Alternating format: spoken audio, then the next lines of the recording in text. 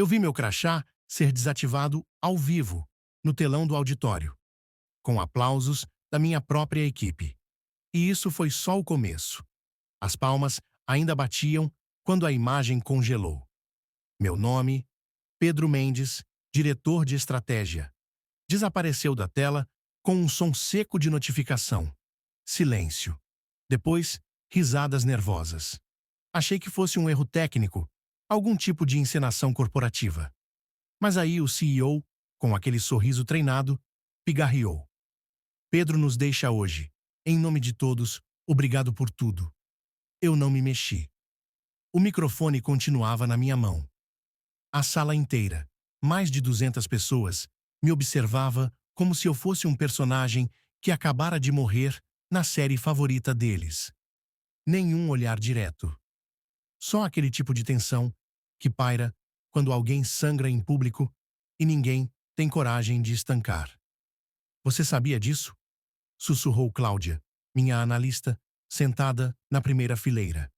Eu quis rir. Quis perguntar se ela achava que eu teria aceitado ser eliminado como num reality show. Em vez disso, entreguei o microfone e desci do palco. Devagar. Cada passo pesava toneladas. Ninguém falou comigo.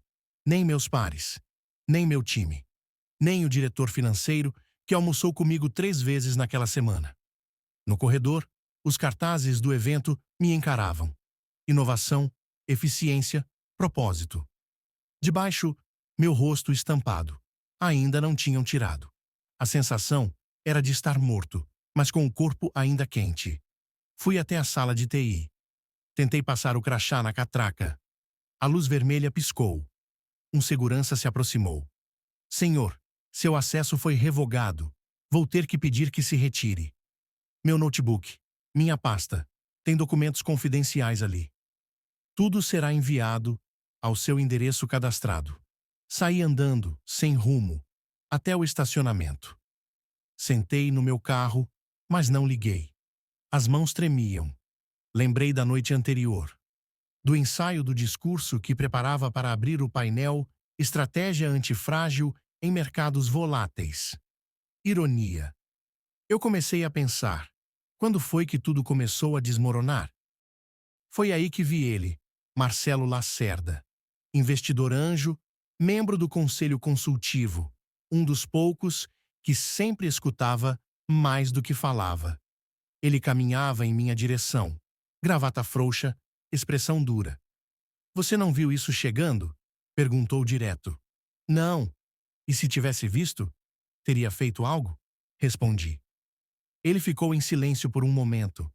Depois, abriu a porta do carona e entrou. O CEO acha que você sabia demais. Que estava perto de descobrir as irregularidades da conta australiana. Eu virei para ele. Está dizendo que isso foi encenação? Estou dizendo que isso foi execução. E você foi eficiente demais pro gosto deles. Ele tirou um pendrive do bolso. Aqui tem algo que talvez te interesse. Documentos que provam duplicidade de contratos e transferências fantasmas. O conselho não vai se mover sem provas públicas. Mas eu me movo. Quero ele fora. E você pode conseguir isso. Fiquei em silêncio. O pendrive parecia pesar mais do que o carro inteiro. Por que está me oferecendo isso? Ele sorriu, sem humor. Porque você era o único ali dentro que acreditava mais nos números do que nas narrativas. Agora vai ter que contar uma narrativa com números. Ele saiu sem dizer mais nada. Eu fiquei ali sozinho, com a tela do carro refletindo meu rosto. Eu não era mais diretor, nem estrategista, nem mesmo funcionário. Mas algo dentro de mim tinha sobrevivido. Não o orgulho, esse foi esmagado, mas a precisão, a sede por verdade. E pela primeira vez, ela não era abstrata. Tinha um alvo e um preço. A pergunta não era mais por quê. Era até onde. No dia seguinte, acordei antes do sol. Não porque queria. Simplesmente não consegui dormir. O pendrive estava na minha escrivaninha, como uma granada sem pino. Cada vez que olhava, lembrava do momento em que tudo ruiu. Não só minha carreira, mas a ilusão de que competência bastava. Fui até a varanda, café na mão, a cidade ainda silenciosa. Lá embaixo, as luzes dos prédios acendiam uma por uma, gente começando o dia. Executivos se preparando para brilhar em reuniões, analistas correndo com planilhas, estagiários torcendo para não errar o tom do e-mail. O mundo seguia. Só eu tinha sido jogado para fora. Pensei em ligar para Cláudia. Queria perguntar o que estavam dizendo. Se alguém comentou, se alguém se indignou, mas não liguei. No fundo, já sabia a resposta. Abri o pendrive.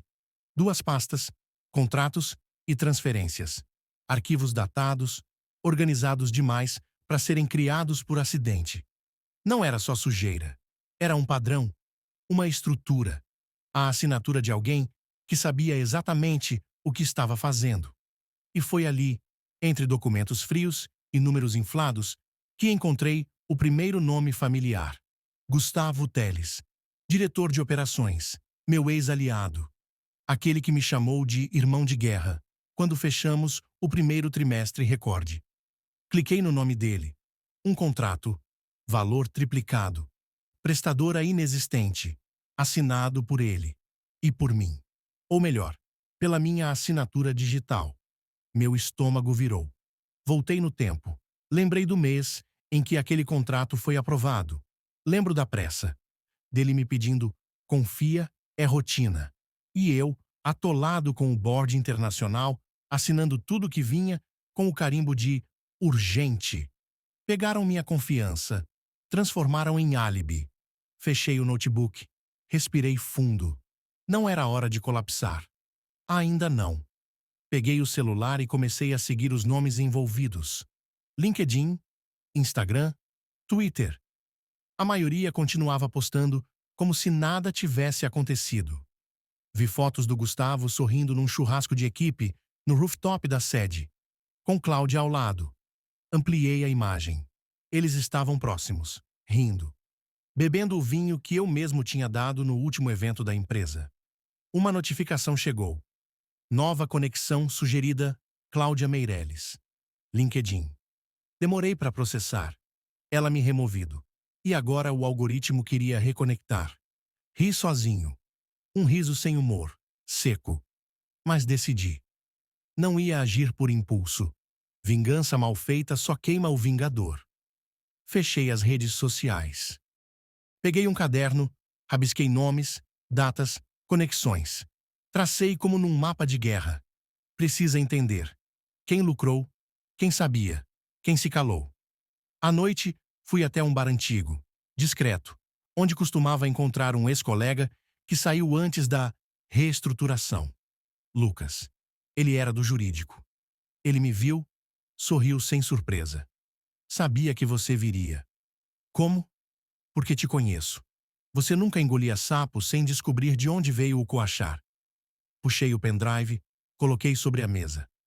Preciso entender como isso foi validado sem passar pela auditoria. Ele pegou, analisou rápido, porque a auditoria já fazia parte do jogo. E você? Você era a variável imprevisível, um erro do sistema. Eles precisavam remover. Tem como provar? Tem. Mas você vai ter que sujar as mãos. Isso aqui não vai se resolver com um e-mail bem escrito. Assenti. Eu não queria escrever e-mails. Eu queria reescrever a história. E dessa vez, com sangue frio.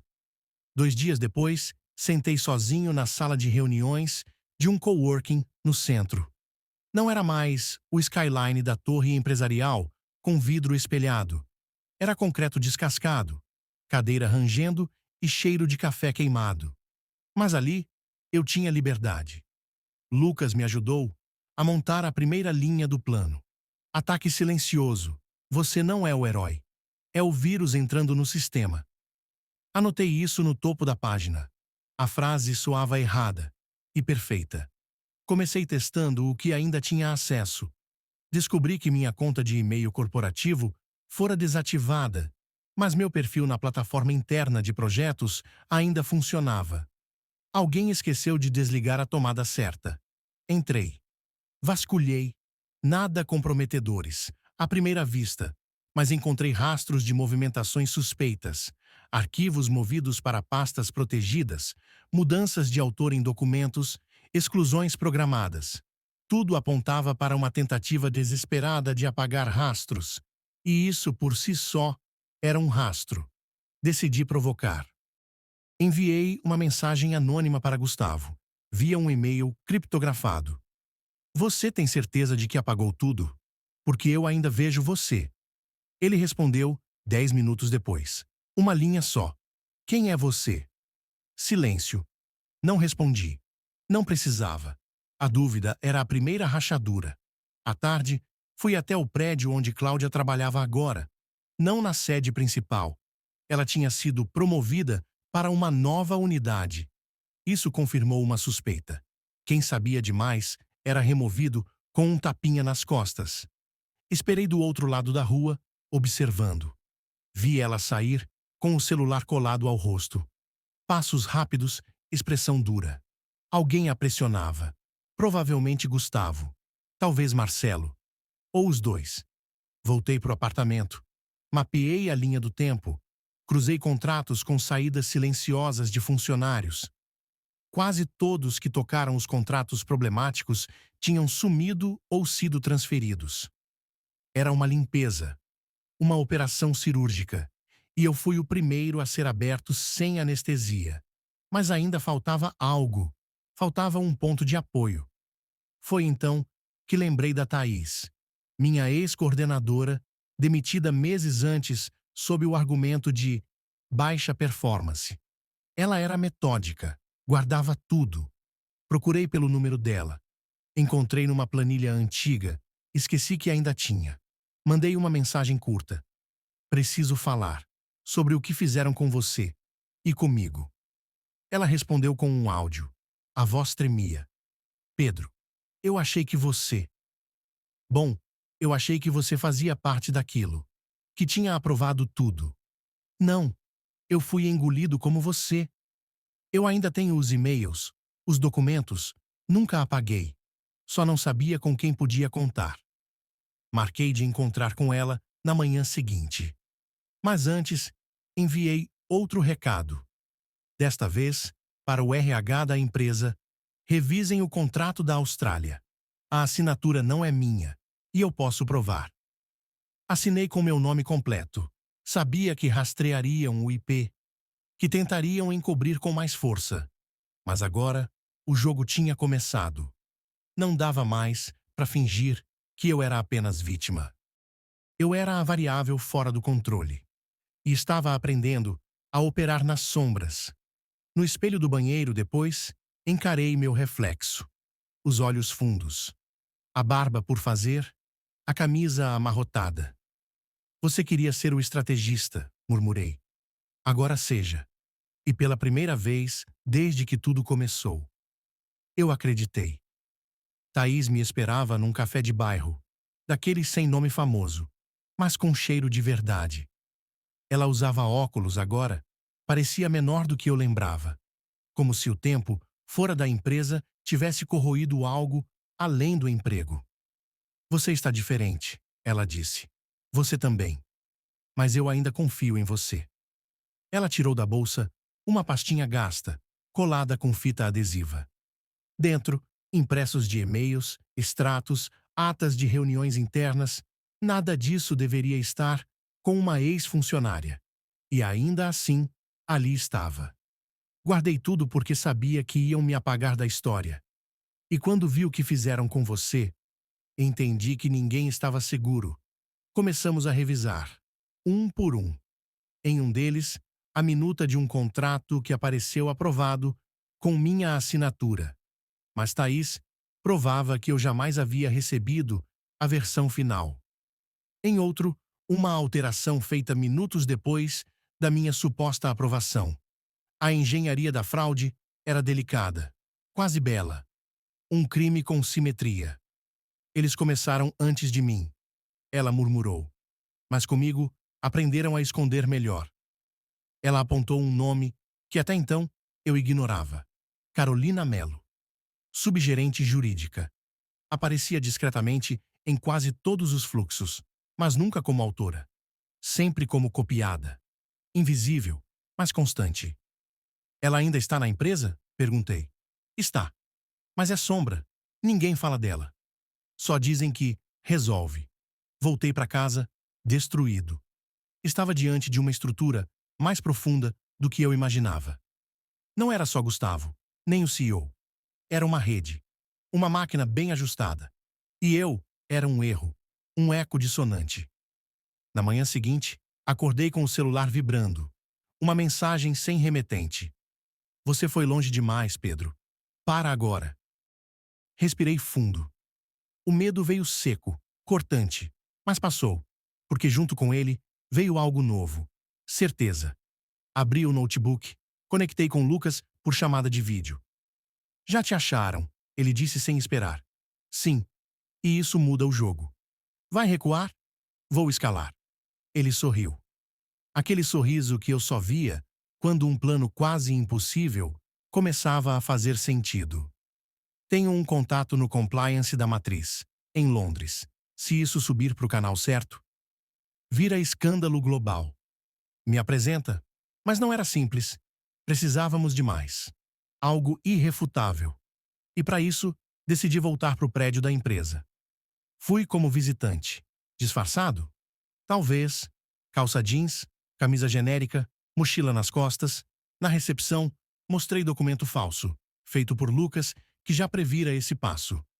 Sala de reuniões 3B. Andar 12, disse a recepcionista. Assinatura digital feita. Pode subir. Lá em cima, encontrei o que procurava. A lixeira digital dos dispositivos de backup. E nela, uma sequência de arquivos deletados na semana anterior. Entre eles, um áudio. Voz de Gustavo. Assina logo isso, Pedro não vai nem ler. Ele tá atolado. Depois, a gente limpa o rastro. Armazenei. Copiei 3 vezes. Enviei para 3 servidores diferentes. Era a bala de prata. E doía saber que meu nome virou piada naquela frase. Mas era isso que me libertava. Na saída, quase fui abordado. Um segurança me seguiu até o elevador. Fingi estar perdido. Perguntei por uma sala que nem existia. Ele hesitou. Me deixou passar. No térreo, o ar parecia mais pesado. Como se o prédio soubesse que eu tinha levado algo dele. No carro, tremi. As mãos, as pernas, o corpo todo. Eu ainda era humano. Ainda sentia medo. Mas quando dei partida, uma frase me veio à cabeça. Algo que ouvi no dia em que fui promovido, anos atrás. Não é sobre chegar ao topo. É sobre não deixar ninguém te empurrar de lá. Eles me empurraram. Agora iam ver o que acontece quando alguém decide escalar de volta com as unhas. A ligação de Londres veio 3 dias depois, numa madrugada cinza e silenciosa. Eu não esperava. Atendi com a voz engasgada de quem não dorme, mas vive.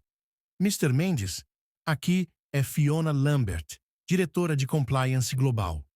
Seu nome apareceu em um relatório cruzado de irregularidades. Disseram que o senhor tem material. Tenho. E quero entregar. Disse, sem hesitar. Pessoalmente, em Londres. O coração bateu seco. Londres. Isso escalava mais rápido do que eu imaginava. Mas o tom dela não era o de alguém oferecendo uma chance. Era o de quem testava um aliado potencial. Vou preparar o voo, respondi. Antes de ir, precisava de mais uma peça. E essa estava com Carolina Mello. Usei o nome dela como isca. Encontrei um artigo jurídico que ela publicou anos antes, assinado com e-mail pessoal. Mandei uma mensagem. Seu nome está em todos os lugares errados, Carolina. Mas eu posso te tirar de lá. Ela respondeu com um ponto de interrogação. E nada mais. No dia seguinte, me ligou. Você quer o quê? Me ameaçar? Quero entender por que uma jurista brilhante virou cúmplice de fraude. Ela riu. Um riso amargo. Porque eu cansei de ser fantasma. Eles me pagam bem por isso. Eles vão te jogar fora como jogaram a mim. Talvez, mas não ainda. E se eu te mostrar que posso arrastar todos e salvar só você? Silêncio. Onde? Marcamos num estacionamento vazio, 3 níveis abaixo da rua, às 11 da noite. Ela chegou com um casaco escuro e olhos duros, mas tremia levemente ao acender o cigarro. Mostra. Entreguei o pendrive com o áudio. Ela ouviu, sem reação. Depois, jogou fora o cigarro, esmagou com a sola do salto e disse: Gustavo me mandou escrever os aditivos, mas foi o CEO quem aprovou os fluxos. Ele lavava dinheiro de fora. Você cavou mais do que pensa. Quero documentos, provas. Quero a assinatura dele. E depois? Depois você desaparece como fantasma, mas viva. Ela hesitou. Depois, tirou do bolso um cartão com QR Code. Escaneia isso amanhã, depois das 14 horas. Vai ter o que você precisa. Depois, me esquece. No dia seguinte, embarquei para Londres. O QR Code me levou a uma pasta criptografada com dezenas de documentos, atas internas, extratos em nome de laranjas, e-mails em que o CEO falava de blindar repasses, tudo com timestamps válidos. No voo, revisei cada linha. Sabia que quando pisasse naquele prédio de compliance global, não haveria volta. Eles iam cair. Mas alguém cairia comigo. Cheguei à sala da diretora Fiona com os olhos vermelhos e a mente afiada. Por que está fazendo isso, Sr. Mendes? Porque vocês construíram uma torre sobre um pântano e me enterraram nele. Ela assentiu. Depois disse algo que eu nunca esqueci. Empresas se defendem com notas, pessoas com verdades. Deixei tudo e fui embora sem apertar mãos. No hotel, recebi uma ligação de Marcelo Lacerda. Você fez? Perguntou. Fiz. Então agora segura firme, porque o terremoto começa amanhã. Desliguei. E fiquei encarando meu reflexo no vidro do quarto, com o skyline de Londres distorcido atrás. Eu não queria voltar para o topo. Eu queria demolir o tipo de topo que me empurrou. E no fundo, eu já não fazia isso só por mim. Eu fazia para que mais ninguém tivesse que sangrar em silêncio. O terremoto começou às 9h47 da manhã, horário de Brasília. A primeira notícia surgiu no LinkedIn. CEO da Orion Global, afastado por investigação internacional de compliance. Sem foto, sem contexto, mas bastou. 3 minutos depois, as redes explodiram. Jornal Financeiro replicou. Colunistas começaram a especular. E-mails internos vazaram. Prints começaram a circular em grupos de ex-funcionários. O castelo ruía. Rápido demais, até para quem esperava. Eu estava em casa, suando frio. Não porque tinha medo, mas porque agora não havia como parar. Lucas me ligou. Você virou o nome mais digitado em 3 chats de diretoria. Um deles sugeriu te processar. O outro, te contratar. Já viram a gravação? Viram. Estão tentando decidir se queimam o Gustavo ou arrastam todo mundo com ele. Eu não respondi, porque para mim, a resposta já estava dada. À tarde, fui até um coworking novo, dessa vez num andar alto.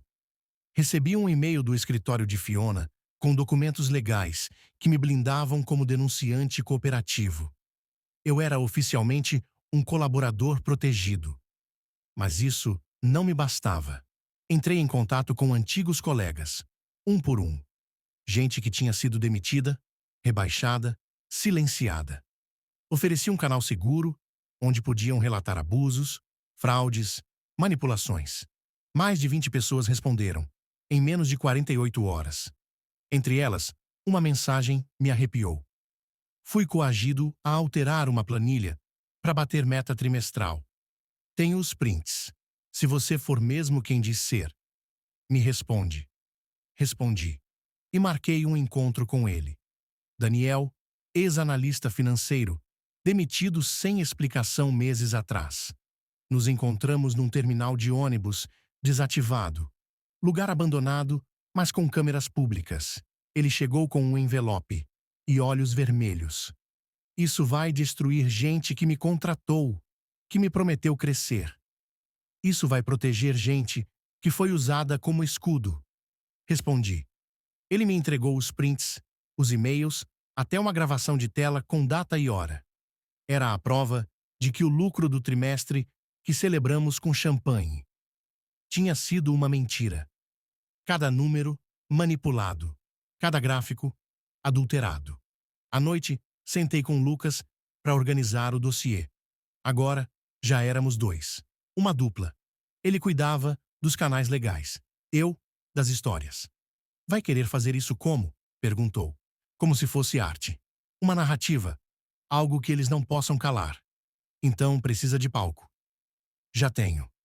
Marquei presença no evento Brasil Transparente, conferência anual sobre ética corporativa, onde eu seria apenas espectador.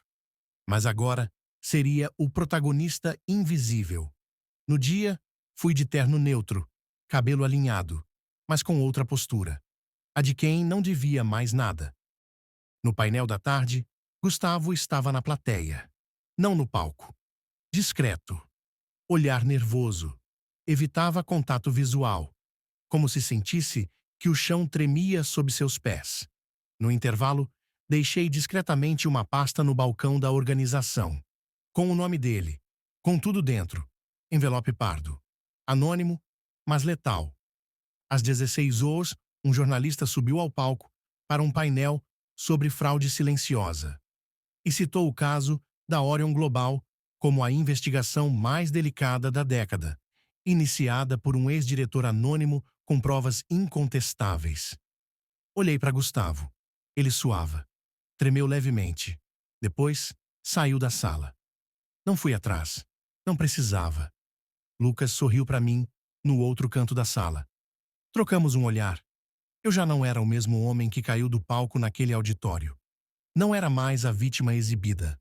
Agora, eu era a sombra que expunha a verdade. E fazia isso sem precisar de holofotes. No caminho de volta, parei numa banca de jornal. Peguei um exemplar. Na capa, Orion em crise.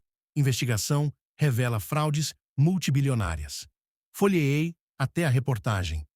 E ali, no meio do texto, a denúncia partiu de alguém que conhecia o sistema melhor do que qualquer um e que decidiu que não aceitaria ser silenciado. Era sobre mim, mas não precisava do nome, porque agora, quem eu era, estava nas ações. A convocação veio por e-mail numa sexta-feira chuvosa. Reunião extraordinária do Conselho Consultivo. Presença obrigatória. Assunto: governança e integridade. Marcada para a segunda. Auditório principal da sede. O mesmo onde, semanas antes, destruíram minha carreira diante de uma plateia silenciosa. Agora, algo me dizia que o palco seria outro e que a peça estava prestes a virar contra os autores.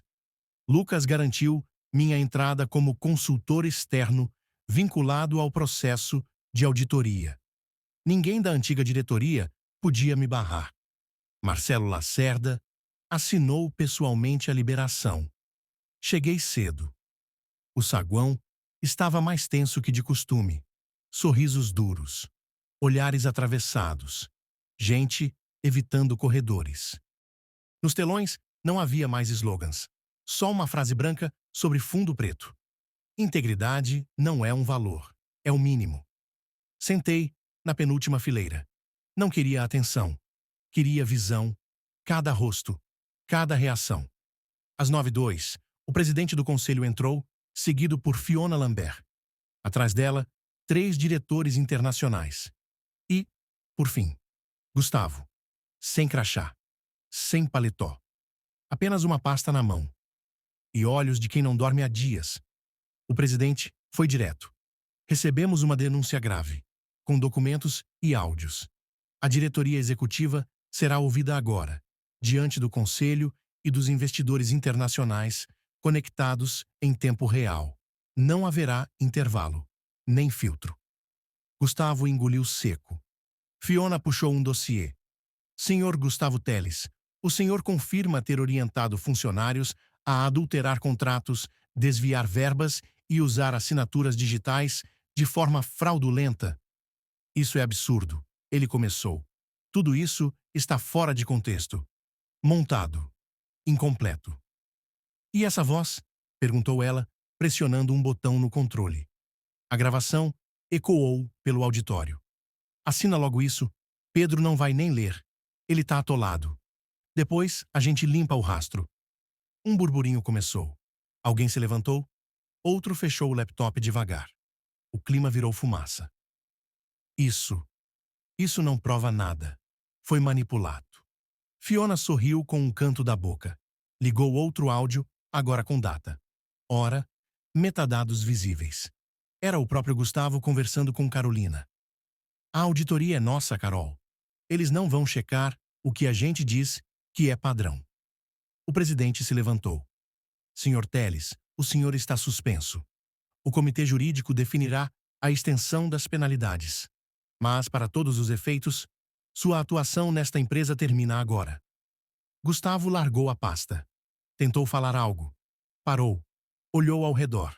Seus aliados, todos de olhos baixos, sem um gesto, sem um apoio. Ele saiu sem dizer uma palavra. No fundo da sala, fiquei imóvel. Não sorri, não me levantei, só observei. Porque a verdadeira vitória não era vê-lo cair. Era ver o sistema reconhecer que algo podre tinha raízes e decidir, mesmo que por pressão, arrancá-las. No fim da reunião, Marcelo se aproximou. Me estendeu a mão. Não vai falar nada? Eu só queria que vissem, que entendessem. E agora viram. Você poderia voltar. Ter um cargo, um nome. Já tive isso, e quase perdi tudo para defendê-los. Então o que você quer? Olhei pela janela. A chuva batia nos vidros como uma sequência de batidas de tambor. Quero que limpem a casa, até o último canto. E depois? Quero esquecer esse lugar. Saí pela porta lateral. Enquanto o burburinho crescia, repórteres se amontoavam na entrada e o caos corporativo começava a se reorganizar. Do outro lado da rua, Lucas esperava no carro. E aí? Perguntou. A bomba caiu. E você? Vai ficar para ver o que sobra? Não. Já viu bastante. Para onde agora? Para onde tiver silêncio. No retrovisor, o prédio desaparecia atrás das gotas da chuva. E eu sabia. Não era fuga. Era escolha. De não ser mais o homem que sobrevive num sistema podre. Mas o que sabe sair. Depois de derrubar o que precisava cair.